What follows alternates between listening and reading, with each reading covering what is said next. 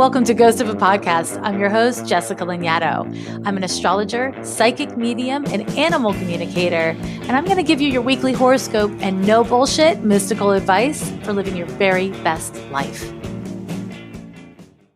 The Trans Asylum Seeker Support Network is a revolutionary border abolitionist mutual aid and direct action collective that works in solidarity with transgender asylum seekers fleeing transphobic, state, gang, cartel, colonial, and imperial violence, as well as climate change.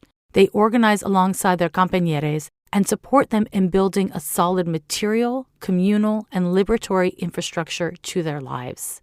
They are building non-hierarchical, decentralized, community-based, and international support networks that organize independently from and provide an alternative to the state.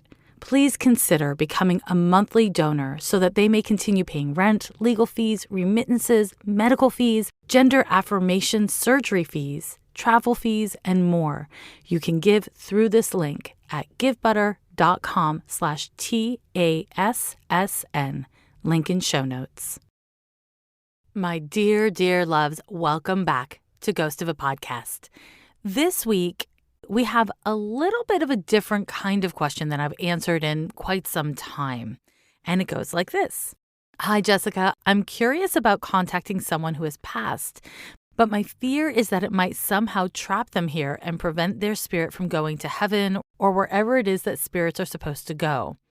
I would really love to hear your perspective on this. Please keep my name and birth info private. Thank you. Sincerely, a curious Libra. So this is a really great question, and it's something that I have touched on probably more than a year ago on the podcast, but felt like maybe worth revisiting today. So I'm a medium, which means I have the ability to communicate with the dead, and it's something I've been doing for many, many years. But I will say before I say anything else that nobody who is alive knows what happens when we die, right? There are a lot of theories and a lot of different religions and spiritual practitioners like myself and very different from myself have different theories about what happens. And truly, there's only one way to find out. It's to not be alive anymore, right? I want to just acknowledge that one of the great mysteries of being in a meat suit, any kind of meat suit that you have, is not knowing what happens when you die, as you die, and after you die. And there's no real way around that. And so while I have experiences as a medium with, many, many clients over the course of many, many years that give me a great deal of confidence in my perspective, there are many people who have different experiences that give them equal confidence in what they believe to be true about what happens in the afterlife. You just can't know, You just can't know. And so that is my kind of like preamble to answering with great confidence this question, because I do have like evidential experience as a medium. So, put that in your pipe, smoke it or don't. One last thing that I'll say about this is, me personally, I don't believe in heaven or in hell. And I'm going to explain why in a moment. But before I do, I want to say, if you believe in these things, that is a beautiful thing, or maybe a terrifying thing, depending on what you think about hell, I guess. But I don't want to contradict your beliefs. I know that a lot of times people feel very threatened when somebody disagrees with them on spiritual issues or basically any issue. But I think it's really valuable to be able to hear differing opinions and just be like, oh yeah, I don't agree with that, or I don't know what I think, or yes, I agree. Okay, that's my damn preamble. So why I don't believe in heaven and hell. Well, first of all, I've never connected with anyone who is in spirit who has reported a location. So the concept of heaven and hell is a concept of a physical location or a physical/spiritual location. And from my experience, there is no there. When we leave the meat suit, we don't just leave the physical body, we leave the material condition. And when we leave the material condition, we are no longer in a state of location, which means we are no longer in a state of time. So once we take away time and we take away location or physicality, it's very conceptual and hard to understand, which can make it hard to accept. The concepts of heaven and hell are really helpful in that they are conceivable, right? Like this idea that this person that I love, who's since passed, is in a safe and joyful location. It's soothing. It's also, in my view, a great way to control a populace, to talk about like, well, if you're a shitty person, you're going to go to a shitty place and it's going to be way worse than trying to make yourself right here.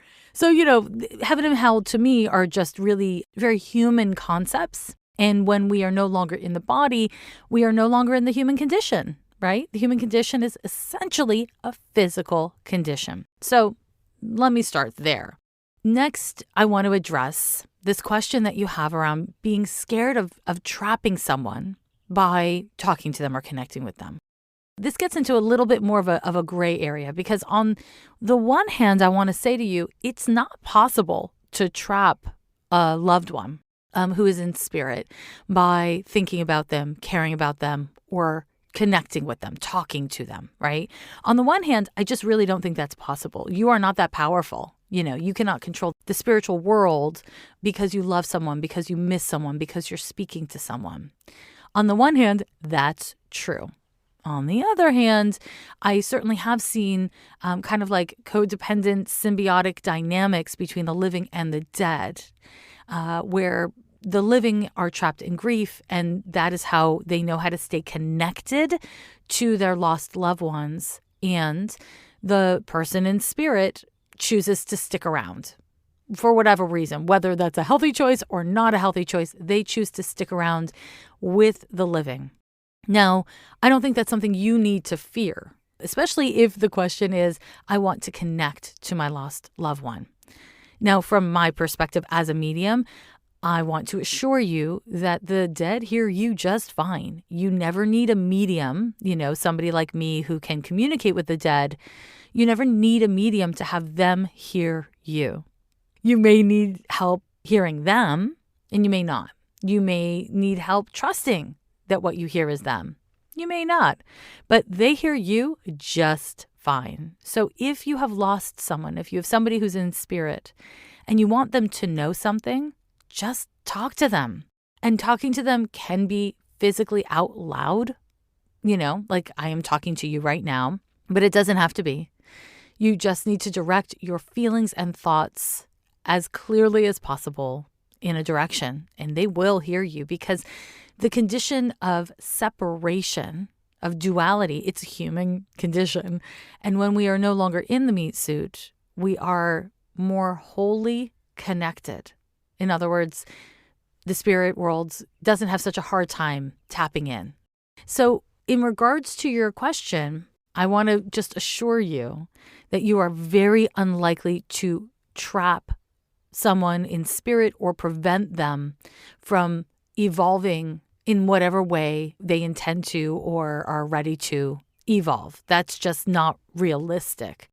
If an individual has an intention to do a thing, they'll do it, right? They'll do it. So this brings me to the larger kind of slightly unspoken part of your question, which is what happens when we die? From my perspective, it's not just one thing, just like what happens when we live isn't just one thing. In my experience, generally speaking, after a person passes, there is kind of a transition phase. I think of it as a cocoon phase where a person is not super available to connect with the land of the living. And they are in a state of really just like introspection and being really kind of self-protective, where there's not a lot of action or forward motion. I have seen many people not jump into that phase. Now, I want to say this has nothing to do with purgatory. I think that's a Christian concept, purgatory. I watch a lot of sci-fi, so I know a lot about purgatory that may or may not be factual from the Bible. That said, this is not purgatory. What this is more of a kind of introspective, self-protective, internal transition. Now, what's important to understand is that because there is no time outside of the body, while we experience time, while we experience, this person, has been in this state for 6 months or for 6 weeks or 6 days, they're not experiencing time in the same way we are. On its own, that might sound really hard to accept, but if you think of ladybugs, if you think of spiders, if you think of dogs, or you think of hummingbirds, they all experience time completely differently than humans. When you remember being a 7-year-old, your experience of time was radically different than it's going to be in your adult years, in your 20s and 30s. And then as you age, time seems to speed up, right? And so time is very interpretive and relative. And it has a lot to do with how you feel in your body and the sense of control and all kinds of other things that occur. When you're waiting, time crawls. When you're having fun, it speeds up. Time is relative, and I say this as a time-obsessed Capricorn astrologer. But when we are no longer in a body, we're not resonating with time. That's not where we're at anymore.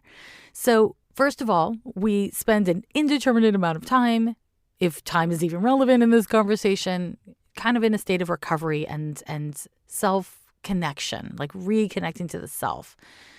And then on the one hand, I really don't know what happens next because, again, I've never died. Or not in this lifetime, I've never died. So that said, my experience in communicating with the dead is, again, it varies. So many people who've crossed over, who've passed on, will still resonate with their personalities. They'll stick around out of curiosity, adventure, love, resentment, any number of things. And, unfinished business, any number of things, really.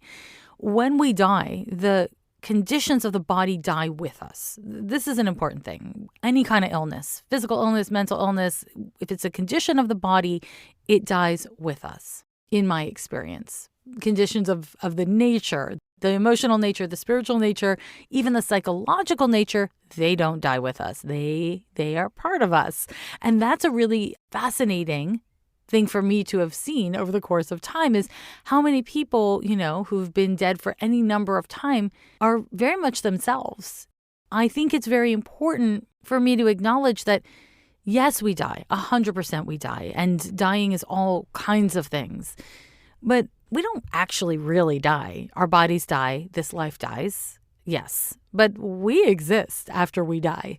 And I don't know that we exist as our personalities for very long in the grand scheme of time. But we stay, your soul, your central self, that doesn't die. It does not die. And this is part of what motivates me as an individual and as a practitioner to help people to cultivate self-acceptance. Because when you're right with your soul, when you're right with yourself, when you can not just tolerate, but when you can actually embrace what you are beyond what you do, dying is easier.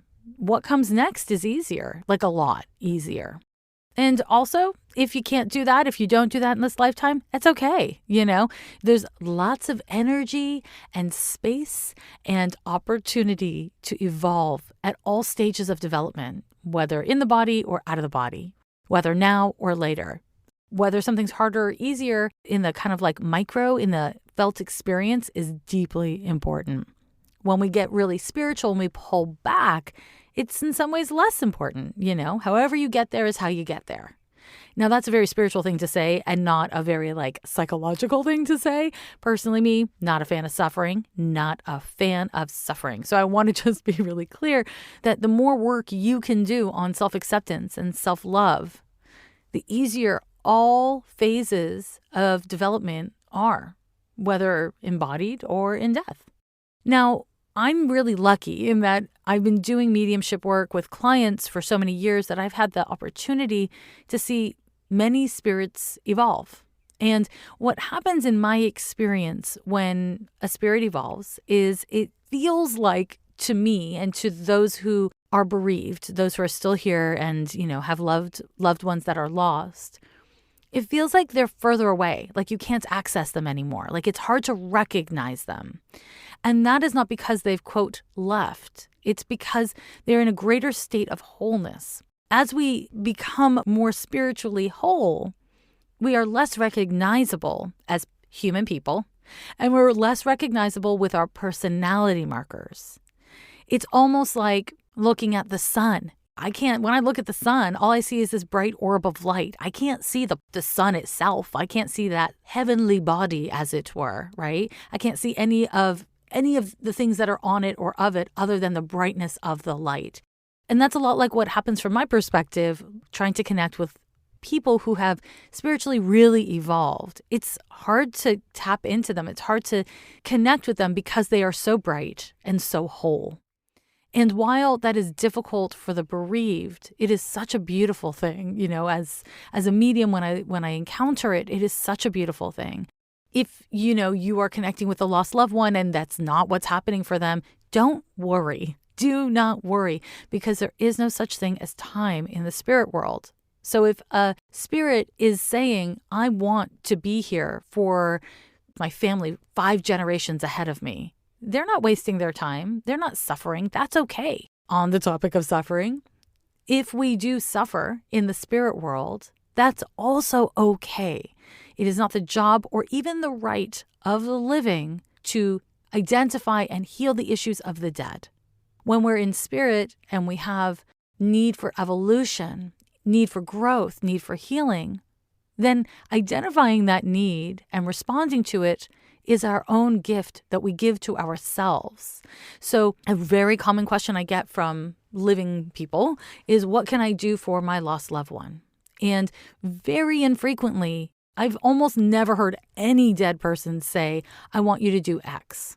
The most common things that I hear people in spirit say is, hey, listen, chill out, like take care of yourself, or please, when you connect with me, go to this tree, or do this kind of like spiritual act or this ritual, essentially.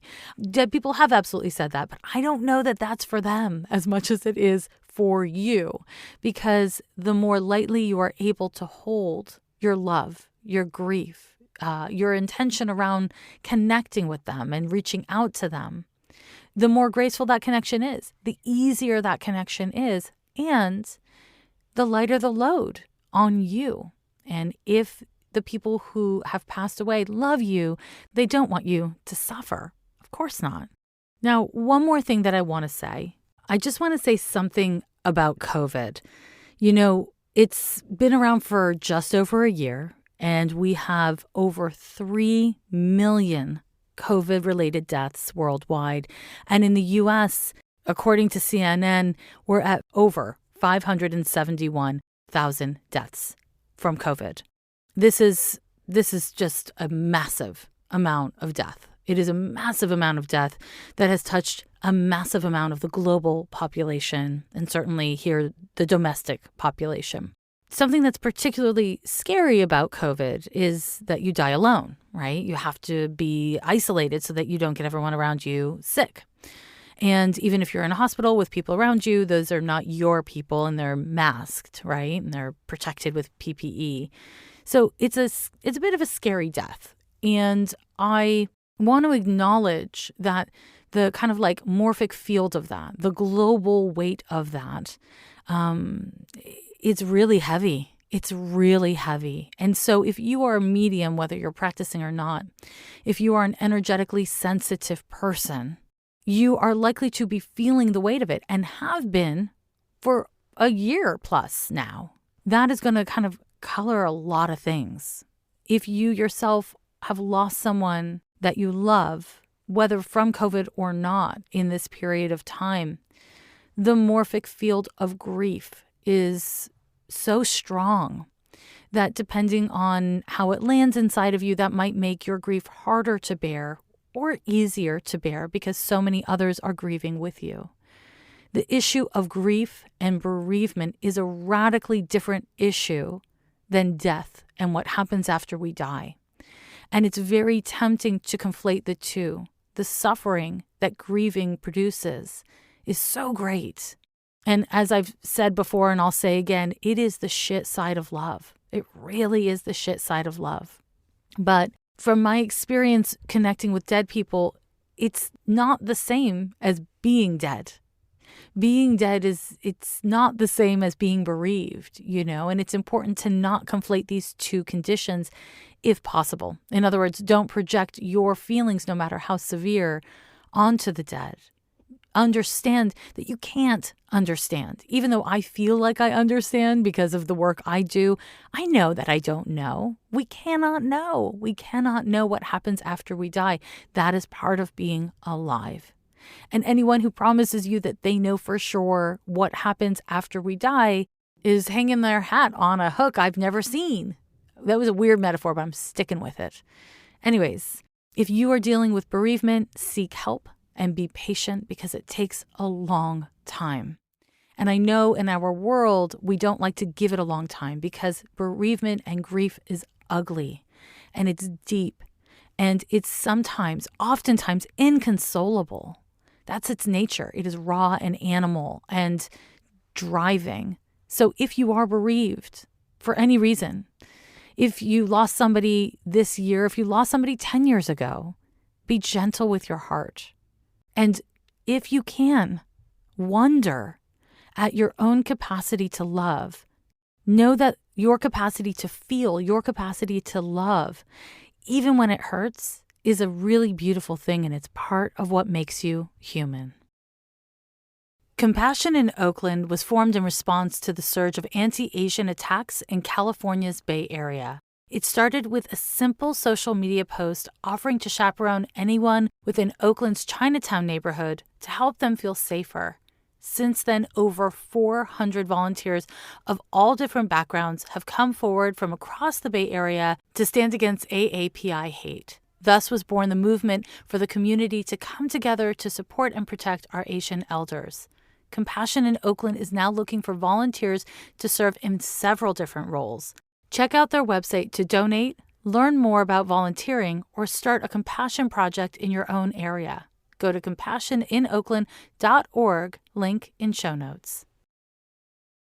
You probably already know by now that I record Ghost of a Podcast on Anchor, and I do that because it's the easiest way to make a podcast. It's free, and there are creation tools that allow you to record and edit your podcast right from your phone or your computer.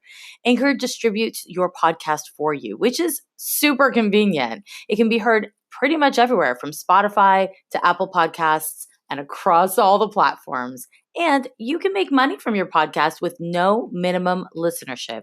It's everything you need to make a podcast in one easy place. Download the free Anchor app or go to anchor.fm to get started today. The Black Fairy Godmother Foundation, founded by Simone Gordon, is a nonprofit organization created to help Black and Brown marginalized families. This foundation uses the power of networking and social media to connect families in need with people who can help. Visit theblackfairygodmother.info to get more information. Through their initiatives, you can adopt a family by sharing a fundraiser or wish list throughout your community and signal boosting on social media. You can also join the birthday fundraiser, where you use your birthday celebration to make a difference by choosing a fundraiser to promote among your friends and family. Contact the Black Fairy Godmother to receive a fundraiser assignment, learn more information, and support their work. Let's get into some astrology.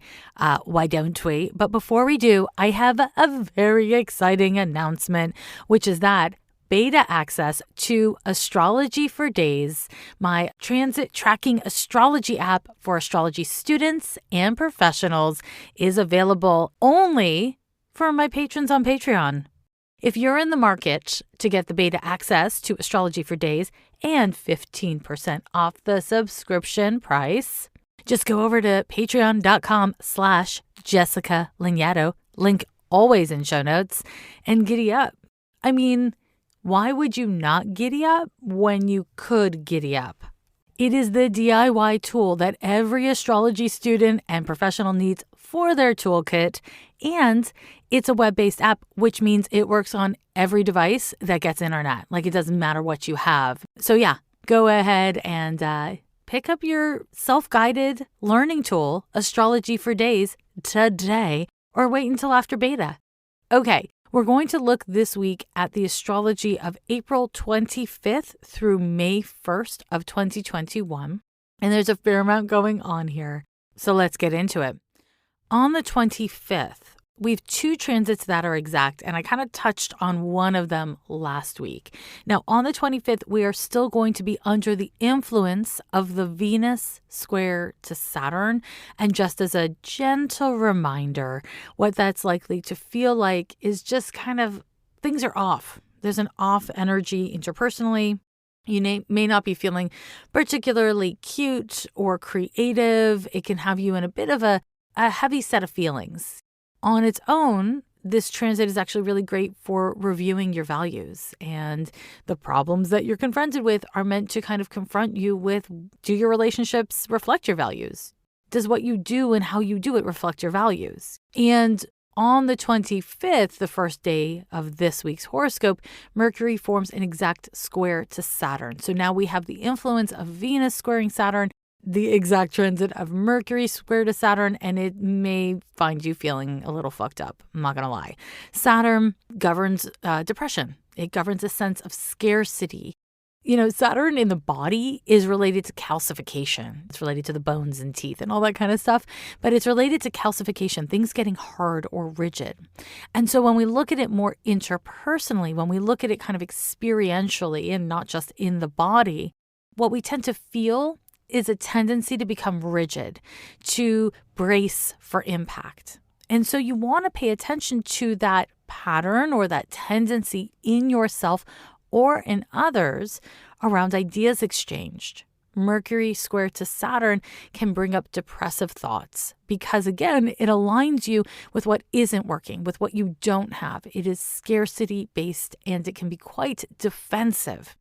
And defensive in that like rolling into a ball to play dead in the face of threats.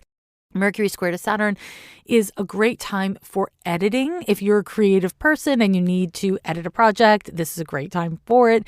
If you're just like, I feel shitty and I want to do something constructive, it's going through things and sorting them. Mercury square to Saturn is good for good, better, best kind of thinking. And it's also bad for good, better, best kind of thinking. It depends on the context. It depends on how you apply it. So choosing to do something on and around this date that actually is objectively good, better, or worse, or best is a good use of the energy. It's, an intentional application of the energy. This is not a great time for processing with others because we're all likely to be in a negative frame of mind.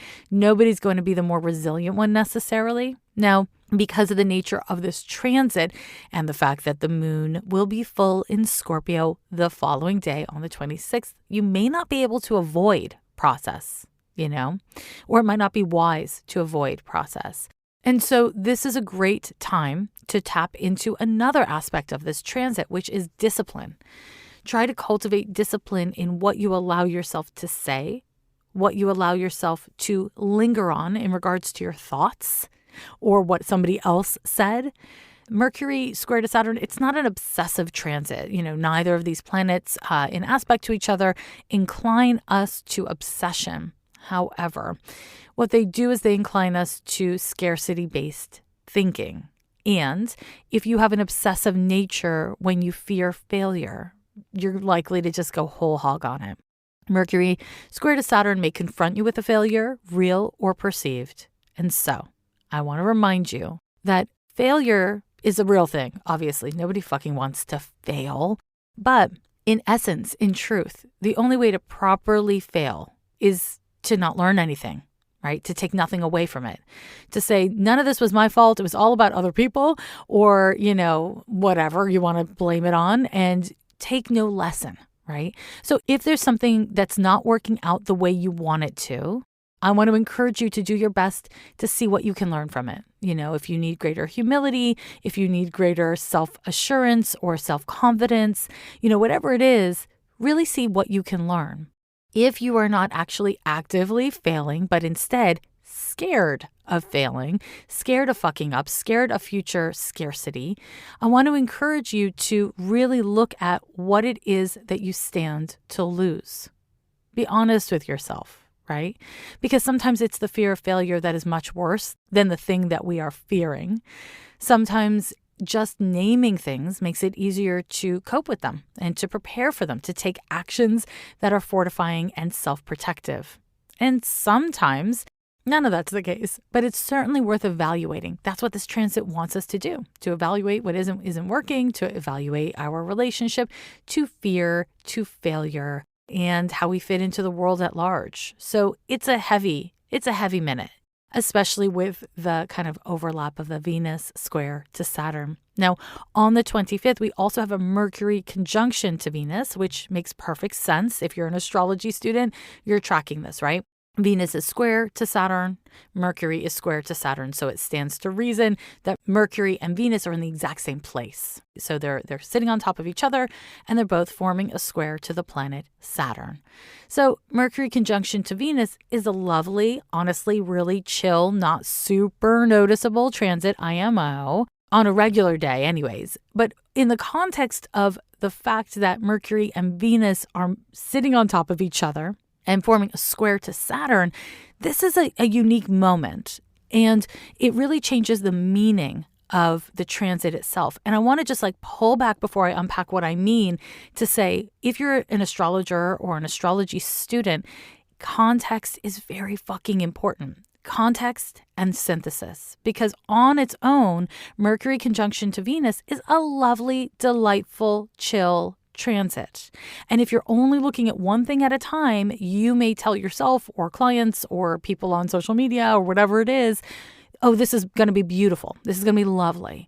But the problem is you have to look at it in context. Because Mercury and Venus are sitting on top of each other in the sign of Taurus, forming a square to Saturn in the sign of Aquarius, the tension that this transit is going to provoke is radically different than it would in any other context, right? Mercury-Venus conjunction happens kind of frequently. It's not a big deal in my experience.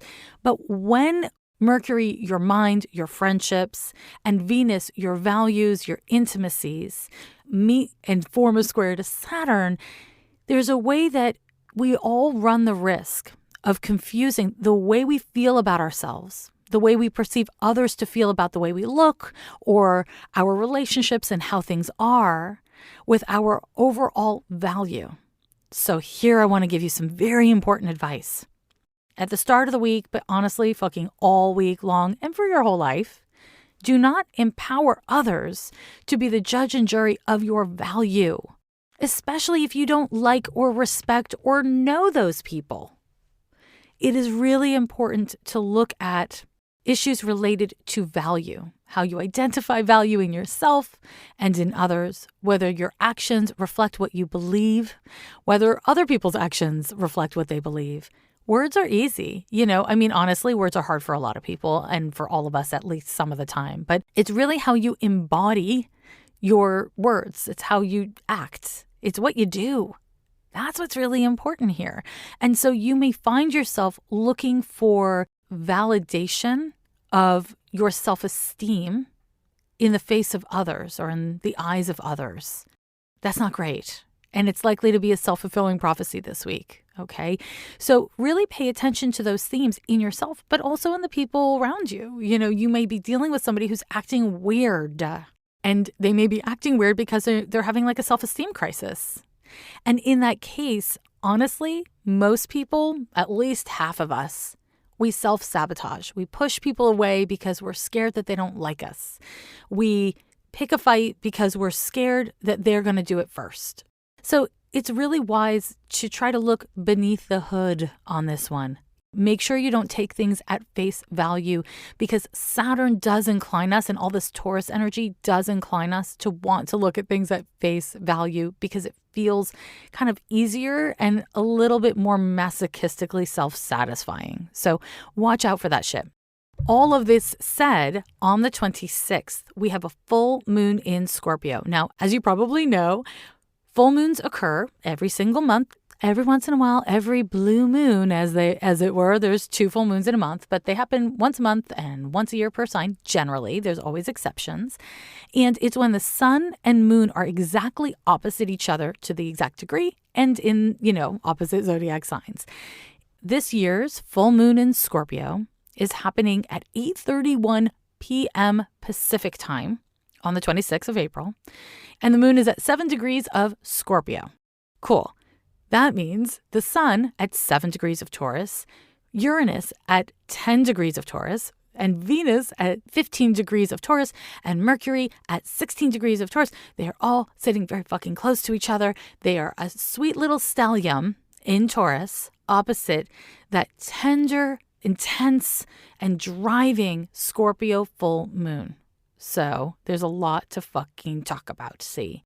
We can look at this chart and see that, yes, the sun and Uranus are opposite to the moon. Uranus is a bit wide, but there it is, right?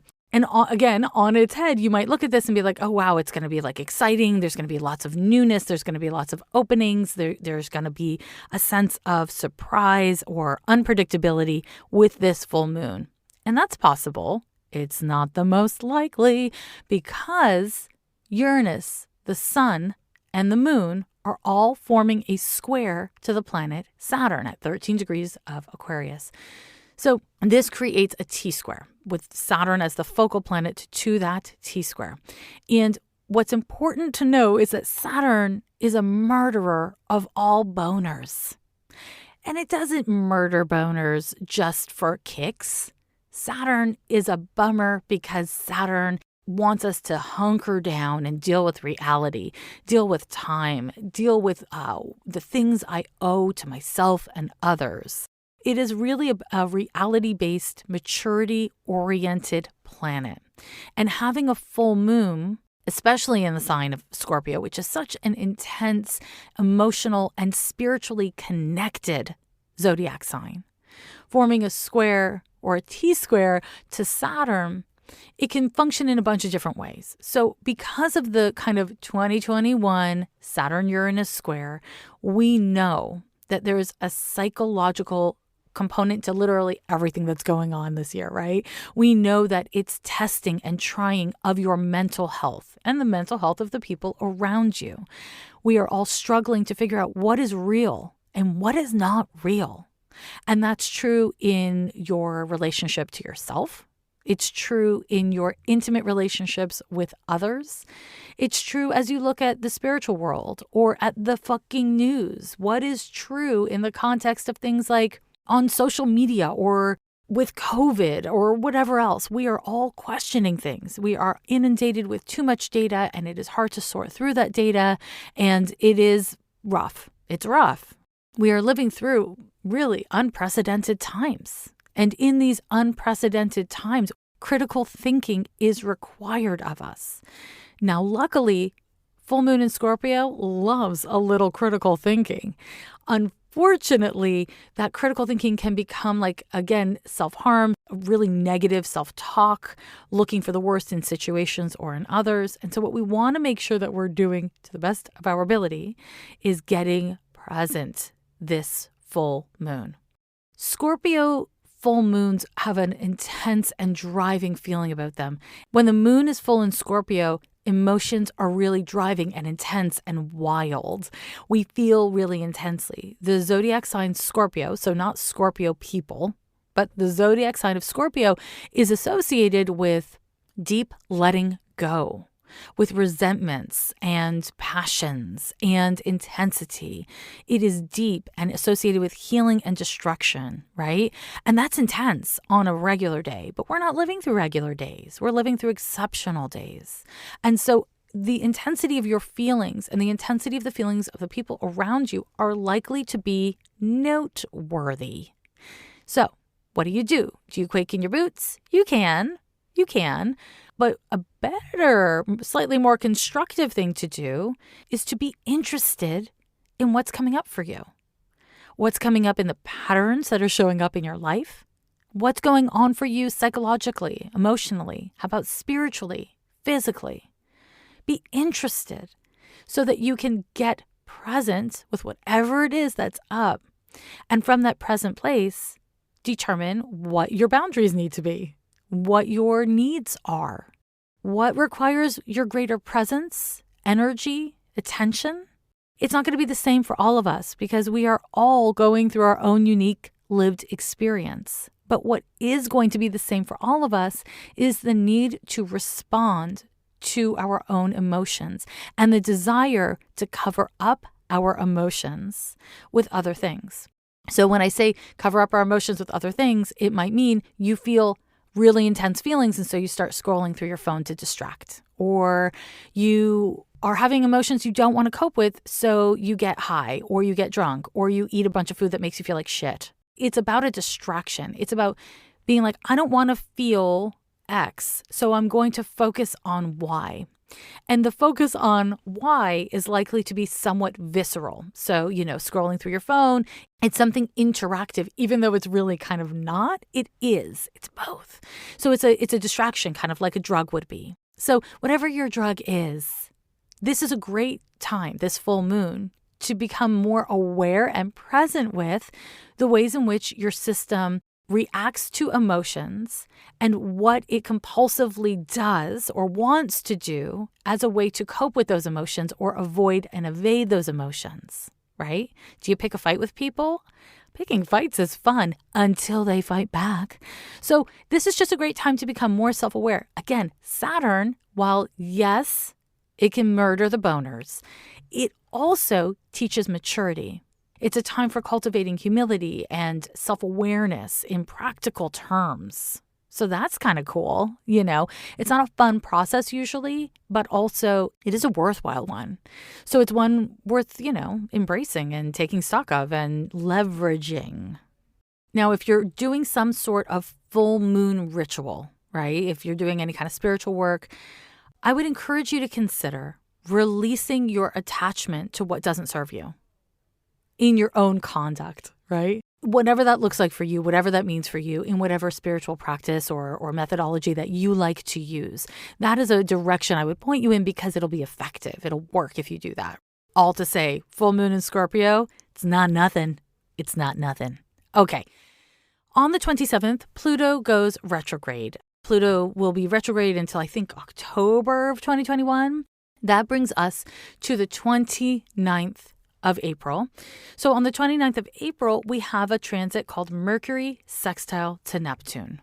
This transit is exact at 10:26 p.m. Pacific time. So you may see it in other calendars. If you're, east of the Pacific, you might see it as the 30th. So, pay attention to time zones when fucking with astrology. But Mercury sextile to Neptune is actually really a breath of fresh air. It's not, again, a spectacular transit as sextiles often are not, but Mercury sextile to Neptune is a transit that opens up your intuition. It encourages empathy and creativity. This is a time where you're likely to be receptive to ideas and concepts that are spiritual and creative and humanistic. And you know what? We at Ghost of a Podcast Industries fucking love that. So if you've been having a hard time forgiving yourself, forgiving someone else, if you've just been so overwhelmed by the fucking world and how painful and scary and violent and sad it can be, this is actually a really great transit for connecting to source energy or God energy or whatever it is you resonate with and being fortified by it. Don't forget for a minute that you are connected to everything and that there is support in this world, on this planet for you if you connect. So this is a great time to remember to connect and to actively try to do so. So, am I telling you to become a tree hugger? Yeah, I think I am. Is there a downside to tree hugging other than maybe people taking pictures of you with their phones and putting it on the internet and turning you into a meme? Not based on a real experience? No, there aren't. So, I guess ants or spiders? Anyways, I'm overthinking it. Hug a tree. Hug a goddamn tree, I say. And that brings us to the last transit of this week, and that is on the 30th of April. On the 30th of April, the sun forms a conjunction to Uranus. So, the sun is in Taurus. It is conjoined to Uranus. You may remember that last week on the 22nd and the 23rd of April, we had two conjunctions to Uranus by Venus and Mercury, respectively. And so I would encourage you to look back at what was going on for you just to get a sense of, oh, this is what conjunctions to Uranus from personal planets feel like when they're happening in the collective, right? And this is a great way for you to be able to track how energy feels to you. And in particular, how conjunctions to Uranus in the fixed earth sign of Taurus feel to you, because it's going to land differently for different people based on our individual birth charts, right? So the Sun conjunction to Uranus can kind of go either way. This transit is likely to stimulate your nervous system, aka make you anxious or nervous, or excited and engaged and enlivened. It depends. It depends on your nature. Personally, me, I love a Uranus transit. I get real good giddy up vibes. I love the activating nature of it. But you know what? You may feel really distressed by it. It might feel really agitating and frustrating. It just really depends on you. So Sun conjunction to Uranus can bring things from left field. It can bring up surprises. It can bring up upsets. It can make us accident prone. The Sun in astrology is your will and your identity. It's the energies you draw upon. When you're thinking about yourself, you're thinking about the Sun. The glyph, the symbol for the Sun, is a circle with a dot in the middle. And that dot in the middle is what you want to focus on because it's the center, right? That's the Sun. So the Sun has so much to do with our identities, and it is so pivotal to our energy. And Uranus is electric. It is fast-moving, forward-moving, and it is absolutely about progress and change. It's also about upsets and that which cannot be predicted. So when they meet up in the sky, things are weird. Things get surprising. And if you can be flexible, these surprises can be enlivening and exciting and inspiring. And if you can't be flexible, they can be a real fucking disappointment. It can feel like you get your ass handed to you. So whatever it is that you feel, know that this is a 3-day transit. We're feeling it on the 29th, the 30th, and the 1st. And it's exact on the 30th. So you don't have to live through it for too long, but we are meant to cultivate more excitement and engagement and interest in the face of our need for flexibility as we are presented with new information, new energy, new opportunity. Sun conjunction to Uranus. If you find yourself really agitated, if you're dealing with upsets and kind of disappointments or accidents having happened, try to apply some of that wisdom I was talking about earlier around not each individual mistake or success defines you. Flexibility means you don't break when you need to bend. It's hard. It's a practice. And if you need to practice, you can expect to be confronted by that need this week on or around the 30th. Fun. So, my loves, that is your whole horoscope for the week. Let me run through the transits one more time. On the 25th, Mercury is conjunct to Venus and it is square to Saturn. On the 26th, there will be a full moon in Scorpio, and it will be exact at 8:31 p.m. Pacific time. On the 29th, Mercury forms a lovely sextile to the planet Neptune, and on the 30th, the Sun is exactly conjunct to Uranus. Hey, guess what? I am going to be dropping a midweek episode this week. I'm really excited about it, so I'm going to let you know about it right now.